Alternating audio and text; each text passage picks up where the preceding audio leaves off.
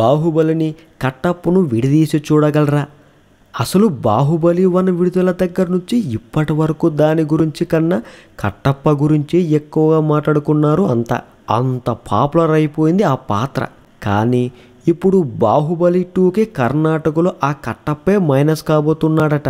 ఎందుకంటే కర్ణాటక జనాలు కట్టప్ప అంటే కోపం పెంచుకొని ఆ కోపాన్ని బాహుబలి 2పై చూపిస్తామంటున్నారు.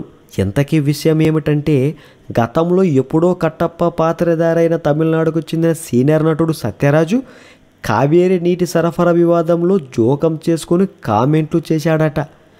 ఆ కామెంట్లు కన్నడ సంఘాల పట్ల చులకన భావంతో ఉన్నాయట.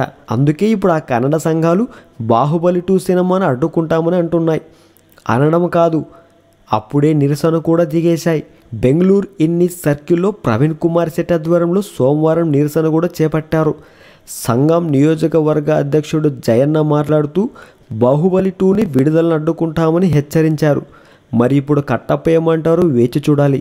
ఈ వీడియో మీకు నచ్చినట్లయితే సబ్స్క్రైబ్ చేయండి. ఫిలిమి స్టార్స్ బోలెడంత న్యూస్ బోల్డ్గా.